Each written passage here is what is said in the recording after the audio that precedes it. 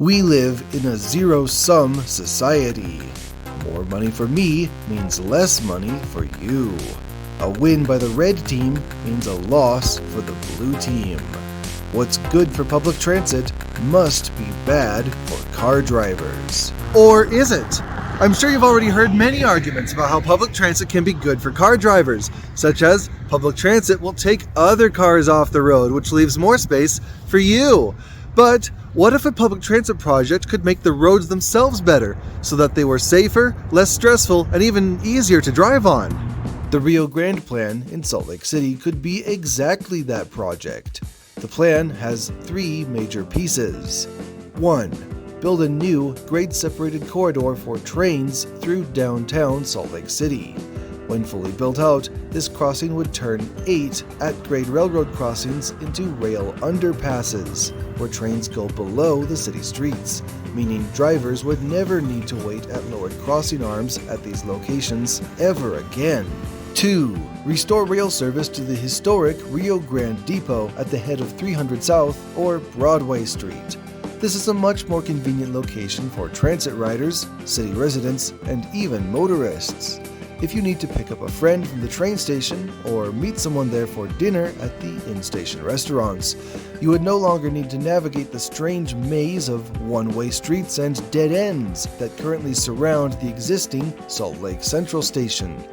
Intersections like this one are weird, confusing, and potentially even dangerous. Look what happened when this car got on the tracks. That could be you. 3. Redevelop the current rail yards into a new neighborhood. This redevelopment would pay for the cost of building all the grade separations. And this is where things get especially interesting for car drivers. Currently, there are 3 big bridges over the rail yards. This one right here on 400 South is a city street, while those back over there at 500 and 600 South, well, those are freeway ramps. But now look, without those rail yards, there'd be no reason for these bridges. There would be nothing for the bridges to go over, which means if we build the Rio Grande Plan, we have the opportunity to make some significant improvements. First is the city street, or 400 South. This bridge can be completely eliminated, turning what is now a steep, bumpy climb with narrow lanes and tall concrete barriers into a flat, smooth, and safe surface street.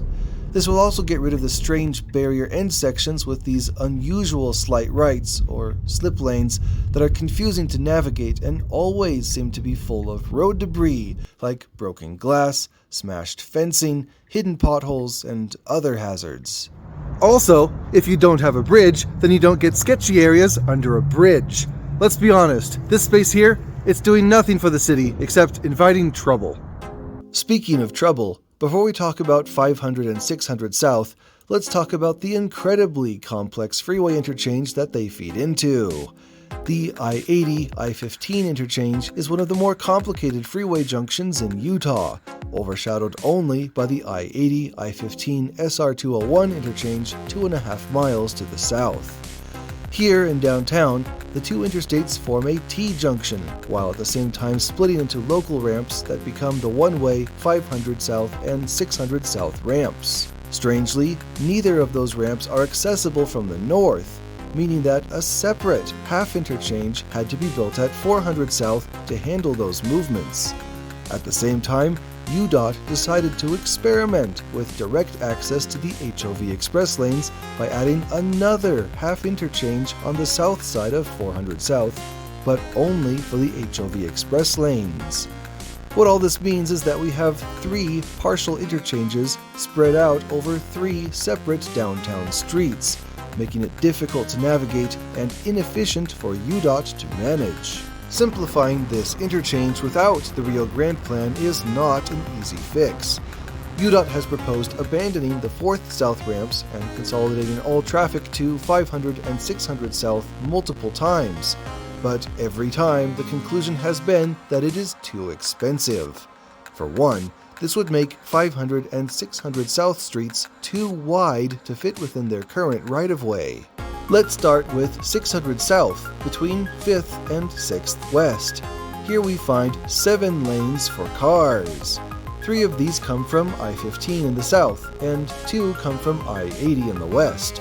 All 5 of these are up high on a bridge, meaning there needs to be extra space for not just the shoulders and walls, but for 2 more lanes on either side of the bridge to provide access to local properties. What this means is that, while UDOT would like to run 2 more lanes in from I-15 in the north, they can't, because these 2 lanes are already reserved. To solve this problem, UDOT has 3 options. 1. Either widen this bridge and cut off access to property owners, widen the whole road and demolish these buildings, or build the Rio Grande Plan. With the railroad tracks moved completely into the new Rio Grande Plan corridor, we can make use of all of this land to reorganize our freeway ramps. Let's start by recreating the old street grid all the way out to here, 700 West, which is where the first intersection will go. Here I have 3 lanes from I-15 coming up from the south, 2 lanes from I-80 coming from the west, 2 more lanes from I-15 from the north also coming in from the west, and 2 lanes coming from 700 West Street on the north. Going east, we have the same 7 lanes from before, but now they are all at the same elevation. For pedestrians and cyclists, I've also added a separate pedestrian bridge across I-15, which would cut this current barrier between 400 South and 800 South in half. Because the entire intersection is raised up to bridge height, we'll need a gradual slope down to ground level. This can be done over the length of an entire block, or a 4% grade.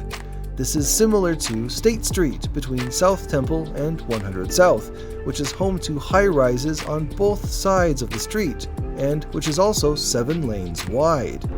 Imagine the awesome developments we can build right up against the freeway entrances at 700 West. Instead of arriving downtown via the ugly and empty rail yards, you would instead enter right away into a vibrant city. I know there are many people who don't want higher density developments displacing their suburban communities around the valley. Let that density go downtown, where it belongs, and everyone can be happy. Going 1 block north to 500 South, we will use the same trick of raising the entire intersection at 700 West up to bridge height, allowing for a single, efficient traffic signal. North and south, we have 2 lanes in each direction on 700 West, and from the east, we have 6 lanes entering the intersection westbound.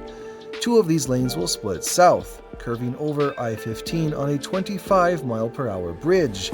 Then they will drop down to ground level before the 600 South Bridge and join in with the existing ramp from I-80, giving drivers an extra 1,200 feet to accelerate and merge together, compared to what they currently have. This means less congestion and fewer accidents at this critical on-ramp. Going back to our intersection on 500 South, the other 4 lanes will curve to the north, where they will join in with the I-80 ramp just as it is currently laid out. But now, instead of having all the lanes dive under I-15 to join I-80, the 2 new lanes will remain up high and will tie into I-15 northbound in the same location where the northbound lanes from 400 South currently do, completing our new, simplified interchange.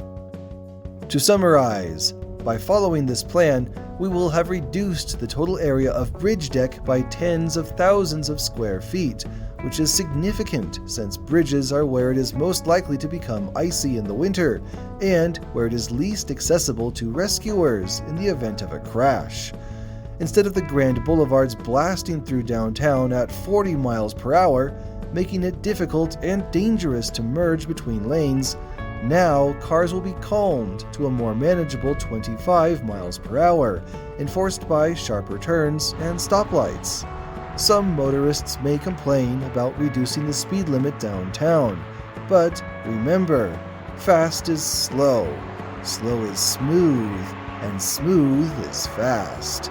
The goal is not to build racetracks, but to move vehicles as time efficiently as possible, which is made easier with a simpler, more straightforward interchange design. In addition, because we have no more division between the lanes up high on bridges and the local access lanes at ground level, several blocks worth of street frontage that is currently hidden behind big bridges will be open again. Access to parking and local businesses will no longer be a game of hide and seek. Multiple one-way roads and outright dead ends can be returned to the regular street grid, meaning wayfinding will no longer be a challenge. Basically, instead of trying to jam in a major freeway interchange between a built-up urban area and an old railroad yard, by removing that yard, we will have enough space for a logical and streamlined set of ramps that take the familiar and safe shapes and speeds designed for moving vehicles.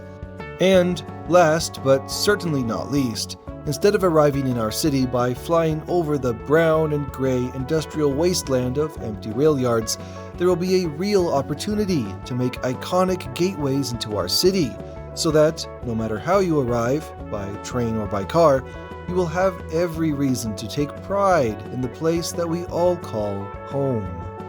So, even if you are a lead-footed motorist with zero inclination to ever set foot on a train, the Rio Grande Plan offers multiple direct benefits to you as well.